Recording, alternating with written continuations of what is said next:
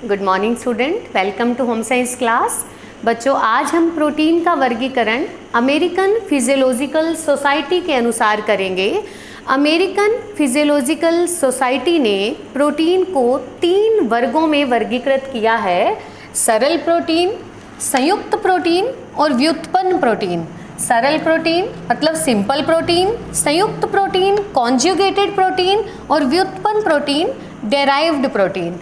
हमने पहले भी पढ़ा था बच्चों, प्रोटीन की सबसे छोटी इकाई अमीनो अम्ल है। प्रोटीन विघटित होकर अमीनो अम्ल में टूट जाता है। जो सरल प्रोटीन है बच्चों, वो जल अपघटन के पश्चात, जल अपघटन मतलब जब उसे छोटे छोटे टुकड़ों में तोड़ा जाता है तो वो प्रोटीन जो है अमीनो अम्ल में बदल जाता है, तो वो प्रोटीन कहलाता है सरल प्रोटीन।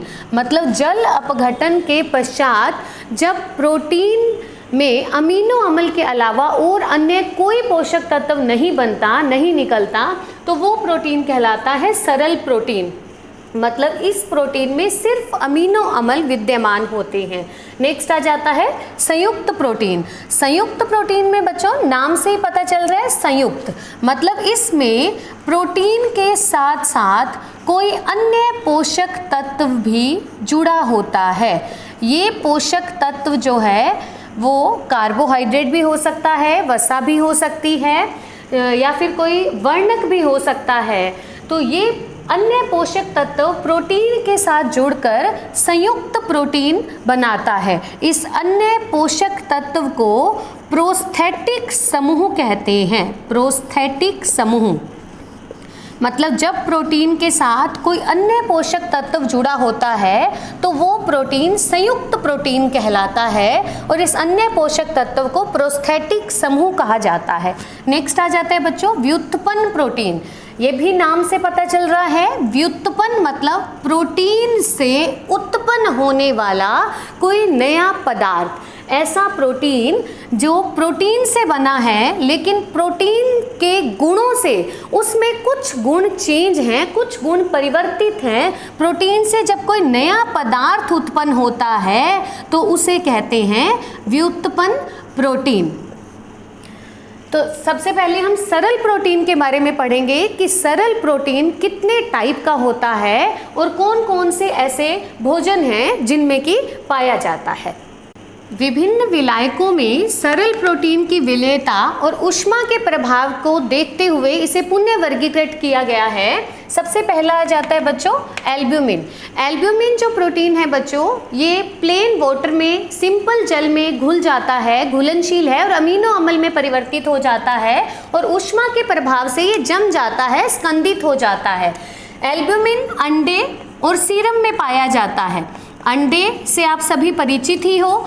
सीरम वो होता है बच्चों, अगर हम हमारे रक्त में से लाल रक्त कणिकाओं, श्वेत रक्त कणिकाओं और बिंबाणुओं को निकाल दें, जो उसके पीछे लिक्विड बचेगा उसे सीरम कहते हैं। सीरम और अंडे में पाया जाने वाला प्रोटीन एल्ब्यूमिन प्रोटीन है। नेक्स्ट है बच्चों ग्लोब्यूलिन।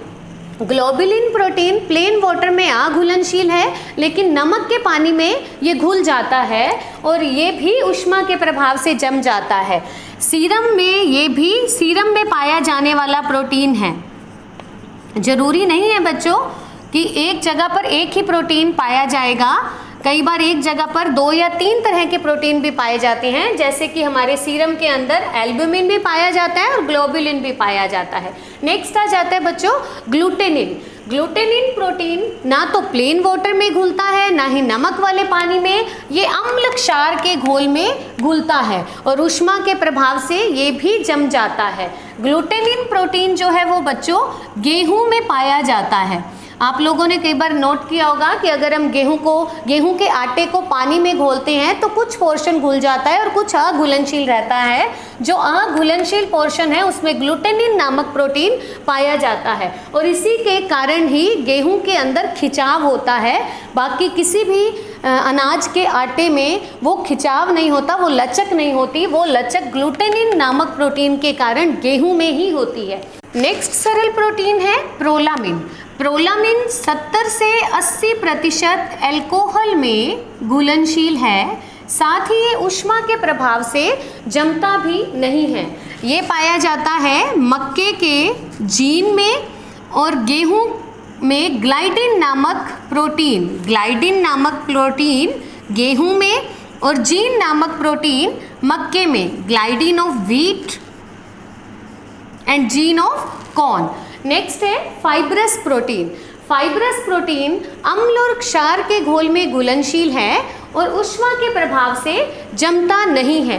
ये प्रोटीन हमारी हड्डियों में कोलेजन के रूप में पाया जाता है और साथ ही हमारे नाखूनों और बालों का जो केराटिन नामक प्रोटीन है, ये भी फाइब्रस प्रोटीन का एग्जाम्पल है, ये भी फाइब्रस प्रोटीन है।